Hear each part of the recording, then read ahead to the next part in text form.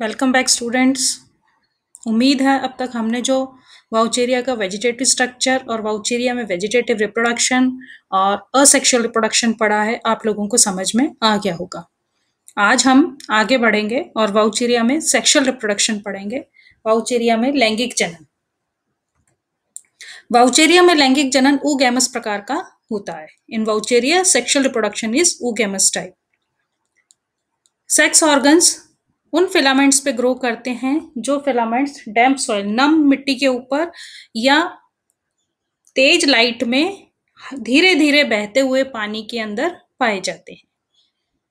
Male sex organs antheridia कहलाते हैं और female sex organs are called oogonia। Sex organs अव्रंत भी हो सकते हैं और सव्रंत भी हो सकते हैं। सेक्स ऑर्गन्स आर स्टॉक्ड और सिसाइल, यानी कि उनमें व्रंत पाया भी जा सकता है या डायरेक्ट वो थैलस के ऊपर भी लगे रहते हैं। Most of the species are monoecious और होमोथैलिक, यानी कि ज्यादातर स्पीशीज जो है इसकी मोनोइशियस होती हैं, उभय लिंगाश्रयी होती हैं, अर्थात एक ही थैलस के ऊपर दोनों प्रकार के सेक्स ऑर्गन्स एंथ्रीडिया और oogonia यानी कि मेल सेक्स ऑर्गन्स और फीमेल सेक्स ऑर्गन्स लगे होते हैं। जबकि कुछ स्पीशीज जैसे कि वाउचेरिया डायकोटोमा, वाउचेरिया लिटोरिया, ये जो है वो डायोशियस होती हैं, हेट्रोथैलिक होती हैं, अर्थात इसमें मेल और फीमेल प्लांट्स अलग अलग होते हैं। इसीलिए एंथ्रीडिया और oogonia अलग अलग थैलस के ऊपर उपस्थित होते हैं। पर ज्यादातर स्पीशीज जो है इसकी वो होमोथैलिक होती हैं, उभय लिंगाश्रयी होती हैं।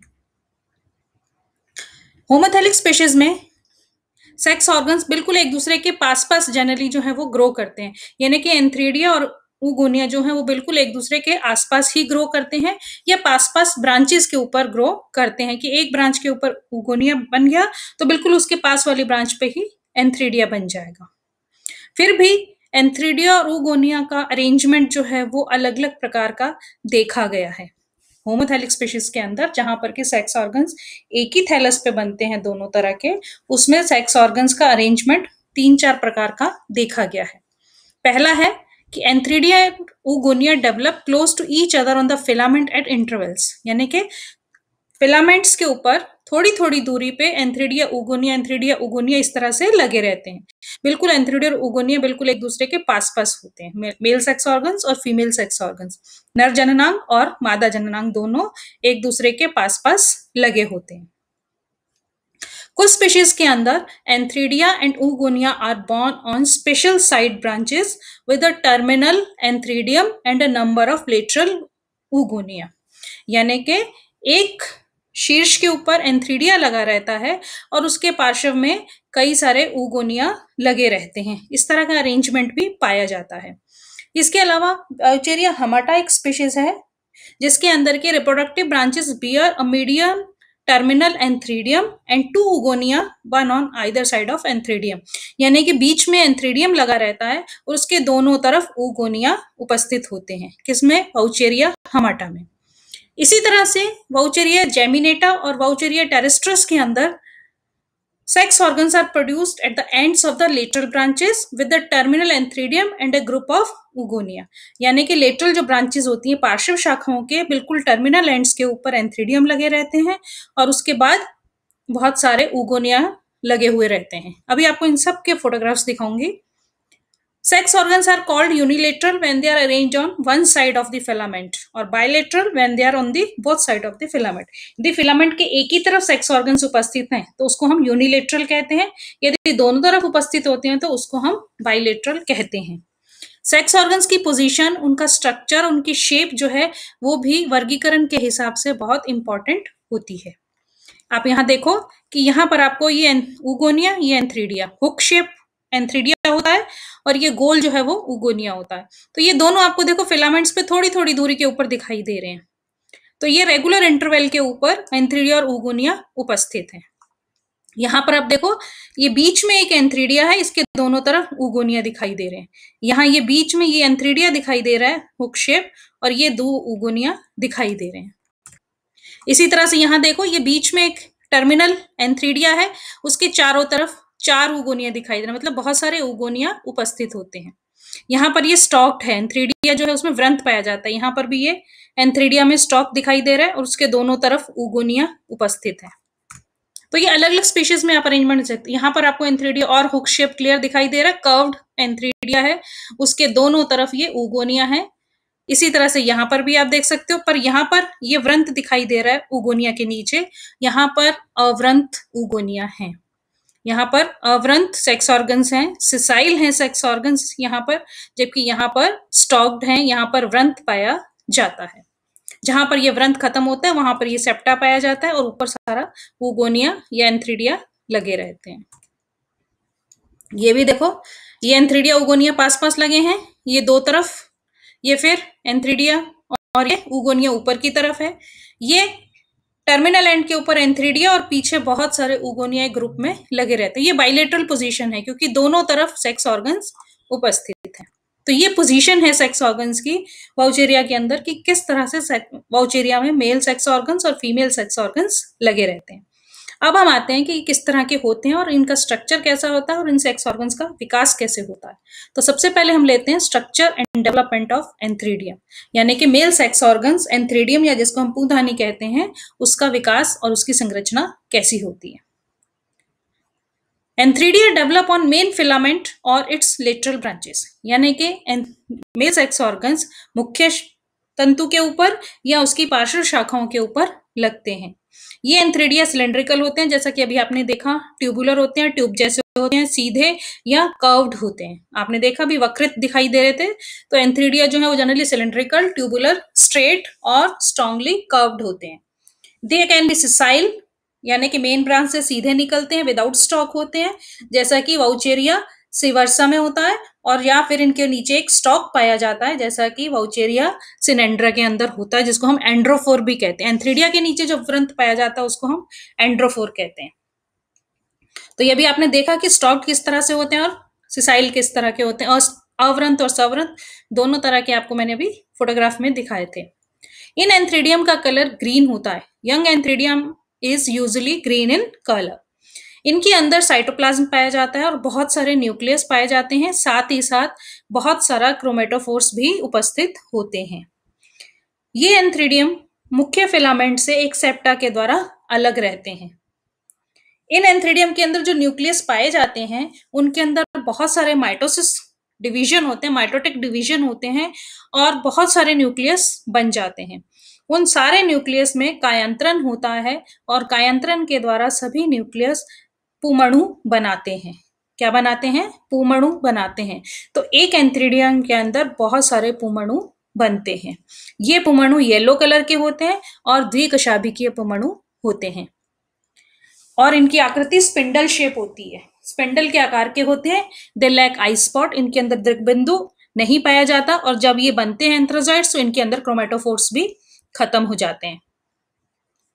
इनके अंदर जो कशाभिकाएं पाई जाती हैं, फ्लैजिला ऑफ एंथ्रोजॉइड्स आर हेट्रोकॉन्ट, यानी कि विषम कशाभिकीय होते हैं, और ये पार्श्व में पाए जाते हैं। पार्श्व में दो कशाभिकाएं पाई जाती हैं, दोनों अपोजिट डायरेक्शन में होती हैं, एक एंटीरियर साइड की तरफ और एक पोस्टीरियर साइड की तरफ डायरेक्टेड होती है। जो छोटा होता है कशाभिका वो टेंसल टाइप होती है और वो आगे की तरफ होती है, और जो बड़ी कशाभिका होती है वो वीप्लेश होती है, स्मूथ होती है, और वो पीछे की तरफ मुड़ी हुई होती है। ये भी आपको अभी फोटोग्राफ में दिखा देंगे। ये एंथ्रोजॉइड्स जब पूंधानी के अंदर बन जाते हैं तो ये एक अपर्चर के द्वारा उस पूंधानी से बाहर आ जाते हैं, और कभी कभी कुछ स्पीशीज के अंदर इस पूंधानी के ऊपर छोटे छोटे छिद्र पाए जाते हैं पार्श्व भित्तियों पे, जिनके द्वारा ये बाहर आते हैं।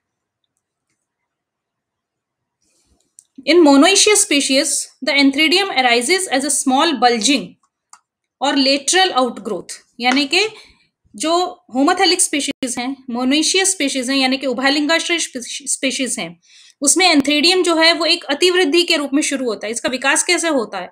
एंथ्रीडियम कैसे बनता है? थैलस के ऊपर एक छोटी सी उभार बनता है, उस उभार के पास में बहुत सारा साइटोप्लाज्म, न्यूक्लियस, क्रोमेटोफोर इकट्ठे होना शुरू हो जाते हैं, और धीरे धीरे वो उभार बढ़ता जाता है और वो एंथ्रीडियम का रूप ले लेता है। तो इस तरह से इसके अंदर एंथ्रीडिया बनता है, और हमेशा एंथ्रीडिया का डेवलपमेंट ऊगोनिया से पहले होता है। ऊगोनिया बाद में बनते हैं, एंथ्रीडिया पहले बनते हैं। उसके बाद आता है structure and development of oogonia. अभी आपको फोटोग्राफ दिखाएंगे एंथ्रीडियम का भी और ऊगोनिया का भी। ऊगोनिया का डेवलपमेंट, आउटग्रोथ, वही एंथ्रीडियम के बेस पे, जिस ब्रांच पे एंथ्रीडियम बना है उसी के पास में ही एक छोटी सी आउटग्रोथ बनती है। इस आउटग्रोथ को या अतिवृद्धि को हम कहते हैं ऊगोनियल इनिशियल या अंडधानी प्रारंभिका। इसके नीचे बहुत सारा colourless multi nucleate mass of cytoplasm जो है वो इकट्ठा होना शुरू हो जाता है। रंगहीन बहुकेंद्रकीय साइटोप्लाज्म जो है वो इकट्ठा होना शुरू हो जाता है, वो डेंस हो जाता है, सघन हो जाता है। उस पूरे साइटोप्लाज्म को कहा जाता है वंडरप्लाज्म। ये वंडरप्लाज्म इस ऊगोनियल इनिशियल के अंदर एंटर कर जाता है। जब बहुत सारा न्यूक्लियस और बहुत सारा साइटोप्लाज्म इस ऊगोनियल इनिशियल के अंदर चला जाता है तो ये स्ट्रक्चर जो है, ये जो ऊगोनियल इनिशियल बना था, ये जो अतिवृद्धि बनी थी, वो धीरे धीरे पूरी गोल हो जाती है और ग्लोबुलर ऊगोनियम बनाती है। जैसे ऊगोनियम मैच्योर होती है, ये मुख्य शाखा से सेप्टा के द्वारा अलग हो जाती है। तो अब एंथ्रीडिया भी बन गया और ऊगोनिया भी बन गया। ये ऊगोनिया गोल होते हैं, ओवॉइड होते हैं, हेमिस्फेरिकल यानी कि अर्ध गोलाकार भी हो सकते हैं और पायरिफॉर्म भी हो सकते हैं, नाशपाती के आकार के भी हो सकते हैं। और इनमें एक एपिकल बीक पाई जाती है, चोंच जैसी संरचना पाई जाती है। इन ऊगोनियम में जब ये ऊगोनियम बनते हैं उस समय इनके अंदर बहुत सारे न्यूक्लियस होते हैं, लेकिन जब ये ऊगोनियम मैच्योर हो जाता है तो उसके अंदर केवल एक न्यूक्लियस पाया जाता है। बाकी सारे न्यूक्लियस का क्या होता है उसके बारे में 3 हाइपोथेसिस दी गई हैं। There are 3 hypotheses regarding the fate of extra nuclei of Oogonium of Vaucheria। कि एक्स्ट्रा न्यूक्लियाई कहाँ जाते हैं उसके बारे में 3 हाइपोथेसिस दी गई हैं। सबसे पहली है अकॉर्डिंग टू ऑल्टमेंस। ऑल्टमेंस ने कहा कि except a single nucleus which forms female nucleus, all other nucleus migrate back into the filament. कि एक न्यूक्लियस जो कि एग बनाता है उसको छोड़कर बाकी सारे न्यूक्लियस वापस मुख्य शाखा के अंदर चले जाते हैं। इस हाइपोथेसिस को हेडिंगर और काउच ने भी सपोर्ट किया। डेविस ने कहा कि एक न्यूक्लियस को छोड़कर बाकी सारे न्यूक्लियस नष्ट हो जाते हैं, और ब्रेहन्स ने कहा कि सारे के सारे न्यूक्लियस फ्यूज हो जाते हैं और एक बड़ा न्यूक्लियस बनाते हैं। तो कोई भी स्थिति हो, कोई भी हाइपोथेसिस को फॉलो करें, अंत में ऊगोनिया में केवल एक न्यूक्लियस पाया जाता है। वही न्यूक्लियस सारा प्रोटोप्लाज्म ऊगोनियम का लेकर के एक एग बनाता है। तो एक ऊगोनिया के अंदर एक एग बनता है और एक एंथ्रीडियम के अंदर बहुत सारे एंथ्रोजॉइड्स बनते हैं। ये ऊगोनियम भी अवरंत या सवरंत दोनों प्रकार के हो सकते हैं। इसी ऊगोनियम के ऊपर एक बीक जैसी संरचना भी पाई जाती है और इस बीक के अपोजिट साइड पे एक रिसेप्टिव स्पॉट पाया जाता है, जिसको हम कहते हैं संवेदना युक्त, मतलब थोड़ा सा ग्राही स्पॉट होता है, जो कि जस्ट जो छिद्र पाया जाता है ऊगोनिया के ऊपर उसके पीछे की तरफ पाया जाता है। अब एंथ्रोजॉइड्स भी बन गए, ऊगोनिया भी बन गया, उसमें एग भी बन गए। अब आता है इनका निषेचन। निषेचन कैसे होता है? ये जो ऊगोनिया है इसके ऊपर एक छिद्र पाया जाता है बीक के पास, उस छिद्र में से ये जेलेटिन बाहर निकालता है। उस जेलेटिन की तरफ अट्रैक्ट होके बहुत सारे पुमणु इसकी तरफ आते हैं और खूब सारे ऊगोनिया की तरफ एंटर करते हैं, लेकिन कोई एक ही है जो कि ऊगोनिया के अंदर एंटर कर जाता है और जाकर के उस एग के साथ फ्यूज हो जाता है। बाकी उसके बाद एक मेम्ब्रेन डेवलप हो जाती है ऊगोनिया के ऊपर, जिससे कि बाकी एंथ्रोजॉइड्स अंदर एंटर नहीं कर पाते। अब मेल एंथ्रोजॉइड यानी कि मतलब mail nucleus of the antherozoid अपने साइज को बड़ा करता है, क्योंकि बहुत छोटे होते हैं ये साइज में, और अपना साइज इतना बड़ा कर लेते हैं जितना कि ये ऊगोनिया के न्यूक्लियस का साइज होता है। जब दोनों का साइज बराबर हो जाता है तो ये आपस में फ्यूज हो जाते हैं और डिप्लॉइड जायगोट का निर्माण करते हैं। अब यहाँ पर आप देखो, ये आपको क्लियर हो जाएगा बिल्कुल कि कैसे होता है। ये एंथ्रीडिया बन गया, ये एंथ्रीडिया है, ये कर्व्ड एंथ्रीडिया बन रहा है, ठीक है। अब ये यहां से अतिवृद्धि शुरू होती है और ये धीरे धीरे अतिवृद्धि बढ़ती जाती है। इसके अंदर बहुत सारा साइटोप्लाज्म अंदर एंटर कर जाता है और बहुत सारे न्यूक्लियस और साइटोप्लाज्म, क्रोमेटोफोर सब एंटर कर जाते हैं। अब ये धीरे धीरे यहां से ये सेप्टा के द्वारा, यहां पर ये अलग हो गया एंथ्रीडियम, और ये सेप्टा के द्वारा मुख्य फिलामेंट से अलग हो जाता है। तो ये पार्ट जो है वो एंथ्रोजॉइड्स बनाता है। इस पार्ट के अंदर जितने भी न्यूक्लियस हैं ये समसूत्री विभाजन के द्वारा लगातार विभाजित होते हैं और ये देखो इन्होंने बहुत सारे एंथ्रोजॉइड्स या पुमणु बना दिए। ये पुमणु आप देख सकते हो पायरिफॉर्म होते हैं, नाशपति के आकार के होते हैं। इनमें 2 कशाभिकाएं पाई जाती हैं, पार्श्व में लगी हुई हैं। एक टिंसल, ये ऊपर वाली जो ऊपर की तरफ अग्रेषित होती है वो टिंसल होती है, और जो पीछे की तरफ होती है वो बड़ी होती है कशाभिका और वो वीप्लेश होती है। तो ये इनके स्पर्म्स का या एंथ्रोजॉइड्स का फोटोग्राफ है। तो यहाँ पर ये बहुत सारे एंथ्रोजॉइड बन गए। ये एंथ्रोजॉइड यहाँ पर एक छिद्र बन जाता है एंथ्रीडियम की वॉल में, उससे ये बाहर आते हैं। जब ये बन रहा होता है एंथ्रीडिया, उसी समय इसके बेस पे बहुत सारा साइटोप्लाज्म सघन हो जाता है और ये एक अतिवृद्धि बननी शुरू हो जाती है और धीरे धीरे ये सारा साइटोप्लाज्म इस अतिवृद्धि के अंदर चला जाता है। इसको हम कहते हैं वंडरप्लाज्म। धीरे धीरे ये अपना साइज बड़ा करता है और ये एक सेप्टा के द्वारा, यहाँ पर ये सेप्टा बना, ये मुख्य फिलामेंट से अलग हो जाता है। अब इसके अंदर बहुत सारे न्यूक्लियस हैं और फिर सारे न्यूक्लियस डिसइंटीग्रेट हो जाते हैं या वापस इसके अंदर आ जाते हैं। केवल एक न्यूक्लियस इसके अंदर बचता है और ये न्यूक्लियस एग का निर्माण करता है। तो यहाँ पर ये एग बन गया, फीमेल न्यूक्लियस, और ये यहाँ पर बीक बन गई, रिसेप्टिव स्पॉट।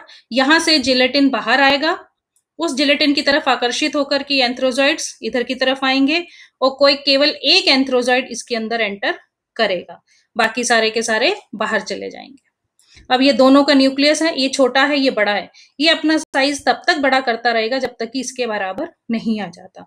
जब दोनों का साइज बराबर हो जाएगा मेल और फीमेल न्यूक्लियस का, तो ये दोनों आपस में फ्यूज हो जाएंगे और मिलकर के जायगोट बना देंगे।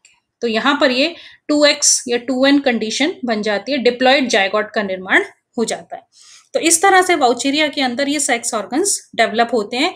एक ही होमोथैलिक स्पीशीज है, मोनोस्पीशीज है, यानी कि उभयलिंगाश्री है। एक ही थैलस पे मेल और फीमेल दोनों तरह के सेक्स ऑर्गन्स बनते हैं। अब जायगोट ये बन गया। अब ये जायगोट अपने चारों तरफ 3 से 7 लेयर्स सीक्रेट करता है, मोटी भित्ति बना लेता है जो कि 3 से 7 परत की होती है। इस जायगोट को oospore भी कहते हैं।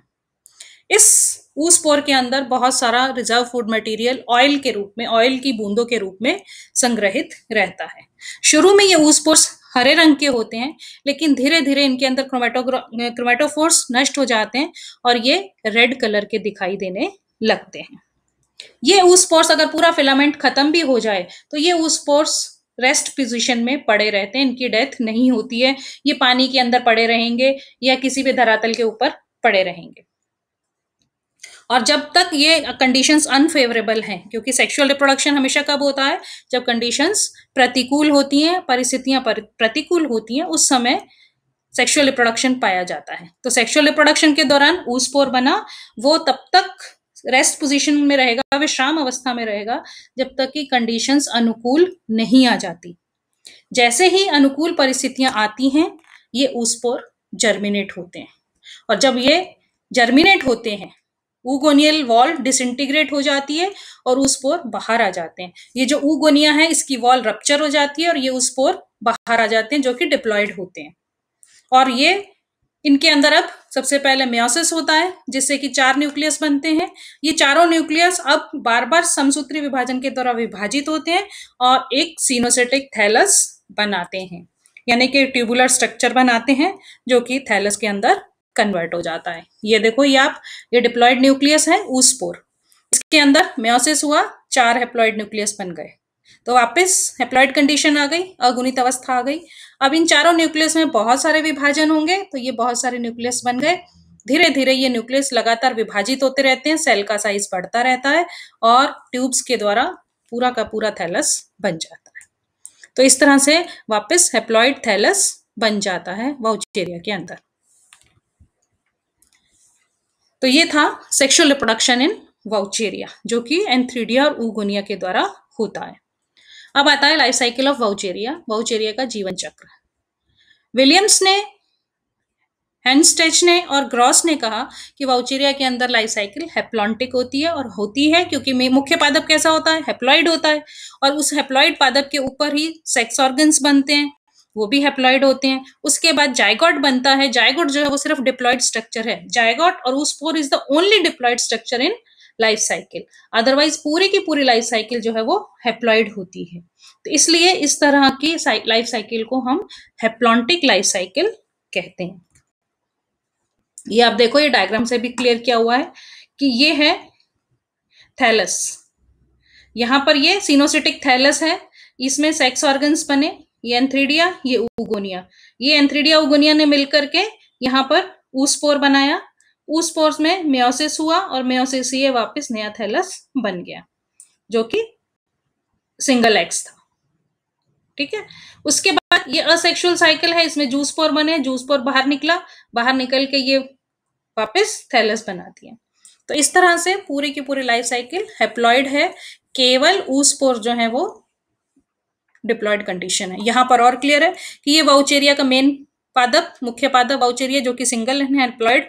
इसमें एकाइनिड्स के द्वारा, प्लेनोस्पोर्स के द्वारा और जूस्पोर्स तीनों के द्वारा अलैंगिक जनन होता है और वाउचेरिया वापस बन जाता है। जब इसके अंदर सेक्सुअल रिप्रोडक्शन होता है तो एंथ्रीडिया बने, उगोनिया बने। एंथ्रोजोइड बने एंथ्रीडिया में, उगोनिया में बना ओवम या एग। इन दोनों का फ्यूजन हुआ तो oospore या जायगोट बना। इसके अंदर रिडक्शन डिवीजन हुआ यानी कि मेयोसिस हुआ, जिससे कि वापस वाउचेरिया का थैलस बन गया। तो ये तो है वाउचेरिया की लाइफ साइकिल, जो कि हैप्लॉन्टिक टाइप की लाइफ साइकिल होती है। अब मुख्य चीज आती है सिस्टमेटिक पोजीशन ऑफ वाउचेरिया। जैसे कि ज़ेंथोफाइसी की पोजीशन डिबेटेबल रही है हमेशा कि इसको क्लोरोफाइसी में रखें या इसको ज़ेंथोफाइसी में रखें, उसी तरह से चूंकि वाउचेरिया जो है वो ज़ेंथोफाइसी का एक बहुत मुख्य मेंबर है, इसीलिए वाउचेरिया की पोजीशन भी हमेशा डिबेटेबल रही है। वाउचेरिया को सबसे पहले वाउचर ने 1803 के अंदर डिस्कवर किया था। उन्होंने इसको उस समय नाम दिया था एक्टोस्पर्मा। लेकिन 2 साल बाद ये 1805 में डी कैंडोले है ये, डी कैंडोल ने इसका नाम वाउचेरिया रखा। क्यों? क्योंकि इसको वाउचर ने डिस्कवर किया था, तो उन्हीं के नाम पर इन्होंने इसका नाम दे दिया वाउचेरिया। उसके बाद 1935 के अंदर फ्रिश ने इसको वाउचेरियसी फैमिली साइफोनिल ऑर्डर, किसका? क्लोरोफाइसी के अंदर साइफोनिल्स ऑर्डर पाया जाता है, उसके अंदर जो फैमिली वाउचेरियसी पाई जाती है उसके अंदर रखा। किस बेस पे? थैलस के बेस पे और सेक्सुअल रिप्रोडक्शन के आधार पर। जिस तरह का इसके अंदर सिनोसिटिक थैलस पाया जाता है या oogamous रिप्रोडक्शन पाया जाता है, वो क्लोरोफाइसी के साइफोनेल्स के अंदर वाउचेरियसी के मेंबर्स में औरों में भी पाया जाता है। उसी के आधार पर फ्रिश ने इसको वाउचेरियसी के अंदर रखा था, क्लोरोफाइसी की फैमिली में। इसको ऑल्टमैन, वेस्ट, आयंगर और वुड ने भी सपोर्ट किया था, लेकिन शेडफोर्ड ने इस पूरी क्लास को शिफ्ट कर दिया ज़ेंथोफाइटा। उन्होंने एक अलग डिवीजन बना दिया ज़ेंथोफाइटा। फिर स्मिथ ने इसको ज़ेंथोफाइटा के अंदर जो क्लास थी ज़ेंथोफाइसी, उसके अंदर शिफ्ट कर दिया। किस आधार पर? इसके पिगमेंट्स के आधार पर। उन्होंने कहा कि इसके अंदर ज़ेंथोफिल्स बहुत अधिक मात्रा में पाए जाते हैं, क्लोरोफिल्स बहुत कम होते हैं, इसलिए उन्होंने इसको क्लोरोफाइसी से हटा करके ज़ेंथोफाइसी के अंदर शिफ्ट कर दिया। तो इस व्यू को चैपमैन, मॉरिस, प्रेस्कॉट, राउंड और ट्रेनर ने सपोर्ट किया। तो इसलिए कुछ इसको ज़ेंथोफाइसी के अंदर रखते हैं, कुछ फाइकोलॉजिस्ट इसको क्लोरोफाइसी में रखते हैं। तो ये हमेशा अलग अलग बुक में आपको अलग अलग क्लासिफिकेशन मिल सकता है। हमें पता होना चाहिए कि ज़ेंथोफाइसी के साथ इसके क्या कैरेक्टर सिमिलर हैं और क्लोरोफाइसी के साथ इसके क्या कैरेक्टर्स सेम हैं, जिसकी वजह से इसको कभी ज़ेंथोफाइसी में या कभी क्लोरोफाइसी में रखा गया है। तो सबसे पहले हम लेते हैं कि कौन सा कैरेक्टर जिसको ज़ेंथोफाइसी के साथ जोड़ते हैं। पहला है प्रेजेंस ऑफ क्लोरोफिल ई और absence of chlorophyll b. Chlorophyceae का जो मुख्य क्लोरोफिल है वो क्लोरोफिल बी है, जो इसके अंदर अनुपस्थित होता है, इसलिए इसको क्लोरोफाइसी से हटा के ज़ेंथोफाइसी में रखा। इसी तरह से सेलुलोज, जो क्लोरोफाइसी के अंदर सेलुलोज पाया जाता है वो इसके अंदर नहीं होता है। वो सेलुलोज, यहाँ जो सेलुलोज पाया जाता है वो क्लोरोफाइसी के सेलुलोज से अलग होता है, इसलिए इसको ज़ेंथोफाइसी में रखा। इसके अलावा इसके अंदर क्लोरोफिल की तुलना में कैरोटिनॉइड्स, ज़ेंथोफिल्स ज्यादा पाए जाते हैं, इसलिए इसको ज़ेंथोफाइसी में रखा। रिजर्व फूड मटेरियल ऑयल होता है, जो कि क्लोरोफाइसी के अंदर स्टार्च होता है, इसलिए इसको क्लोरोफाइसी से हटा दिया। इसी तरह से क्लोरोफाइसी के अंदर पायरिनोइड्स होते हैं, जबकि ज़ेंथोफाइसी के अंदर पायरिनोइड्स नहीं होते हैं, तो ज़ेंथोफाइसी में रखने का एक ये भी कारण था। फिर क्लोरोफाइसी के अंदर हमने फ्लैजिला पढ़े थे, आइसोकॉन्ट फ्लैजिला क्लोरोफाइसी में होते हैं, ज़ैंथोफाइसी में नहीं होते, जबकि वाउचेरिया के अंदर फ्लैजिला कैसे हैं, हिट्रॉन्ट, इसलिए इसको ज़ैंथोफाइसी में रखा। तो ये कुछ एक कैरेक्टर्स हैं जो ये प्रूव करते हैं कि ये ज़ैंथोफाइसी में होना चाहिए वाउचेरिया। इसी तरह से कुछ ऐसे कैरेक्टर्स हैं जो कि इसको क्लोरोफाइसी से जोड़ते हैं कि ये ज़ैंथोफाइसी की जगह क्लोरोफाइसी में होना चाहिए। वो ये है कि सेल वॉल जो है वो सेलुलोज और पैक्टिन की बनी है। सेलुलोज कोई भी है लेकिन है तो सेलुलोज। फिर थैलस जो है वो मल्टीन्यूक्लिएट है, ब्रांच है, असेप्टेट है, साइफोनिशियस है, सिनोसेटिक है, जो कि क्लोरोफाइसी का कैरेक्टर है। इसी तरह से टिफनी ने देखा था कि यदि क्लोरोफाइसी की कुछ एक स्पीशीज की वाउचेरिया के कुछ स्पीशीज हैं, यदि उनको कंटिन्यूस लाइट के अंदर रख दें, लगातार लाइट में रखें, तो उनमें ऑयल की जगह स्टार्च बनना शुरू हो जाता है, तो वो भी क्लोरोफाइसी का कैरेक्टर हुआ। इसी तरह से एक स्पीशीज है वाउचेरिया मेड्यूसा, इसके अंदर पायरिनोइड्स भी देखे गए, तो इसको क्लोरोफाइसी से जोड़ा गया। अब क्लोरोफिल ए जो कि सबके अंदर प्रेजेंट है, तो इसके आधार पर भी एक क्लोरोफाइसी जैसा हो गया। बीटा कैरोटीन क्लोरोफाइसी के मेंबर्स में उपस्थित होता है, यहाँ पर भी वाउचेरिया में भी होता है, इसलिए क्लोरोफाइसी से सेम है। इसी तरह से सिन जूस स्पोर्स जो बनते हैं वो भी क्लोरोफाइसी का कैरेक्टर है। oogamous रिप्रोडक्शन ये भी क्लोरोफाइसी का कैरेक्टर है। तो ये कैरेक्टर्स इसको क्लोरोफाइसी के साथ जोड़ते हैं, जो ये कहते हैं कि ये क्लोरोफाइसी का मेंबर होना चाहिए। तो कुछ कैरेक्टर्स ज़ैंथोफाइसी के साथ मिल रहे हैं, कुछ क्लोरोफाइसी के साथ मिल रहे हैं, लेकिन कुछ कैरेक्टर्स इसके ऐसे भी हैं जो कि oomacetes जो कि फंजाई है, जिसके अंदर हम एल्ब्यूगो पढ़ते हैं, oomacetes के कैरेक्टर्स के साथ भी इसकी सिमिलैरिटीज हैं। क्या है कि जैसे जिस तरह से उसके अंदर oomacetes एल्ब्यूगो के अंदर सेक्स ऑर्गन्स बनते हैं, oogonia एंथ्रेडिया बनते हैं, उसी तरह से वाउचेरिया में भी जननांगों का विकास होता है। जिस तरह से सेप्रोलेग्नेसी फैमिली जो है उसके अंदर सिनोसेटिक थैलस पाया जाता है, उसी तरह से वाउचेरिया के अंदर भी सिनोसेटिक थैलस पाया जाता है। इसी तरह से वहां पर भी जो पुमणु है, oomacetes के अंदर जो पुमणु पाए जाते हैं वो हिट्रोकॉन्ट फ्लैजिला जो होते हैं पुमणुओं के ऊपर वो हिट्रोकॉन्ट होते हैं। इसी तरह से oomacetes के अंदर भी हिट्रोकॉन्ट फ्लैजिला पाए जाते हैं। तो ये माना जा रहा है कि ये सारे फीचर्स ये सजेस्ट करते हैं that lower fungi could have been derived from Vaucheria like ancestors, कि लोअर फंजाई जो है oomacetes फंजाई जो है वो हो सकता है कि वाउचेरिया के द्वारा डेवलप हुई हो। उसके एंसेस्टर्स कौन हो, पूर्वज कौन है oomacetes के, वाउचेरिया जैसे मेंबर्स। तो सिस्टमैटिक पोजीशन जो है वो वाउचेरिया के डिबेटेबल है। तो हम इसको क्लोरोफाइसी में भी रख सकते हैं, हम इसको ज़ैंथोफाइसी में भी रख सकते हैं।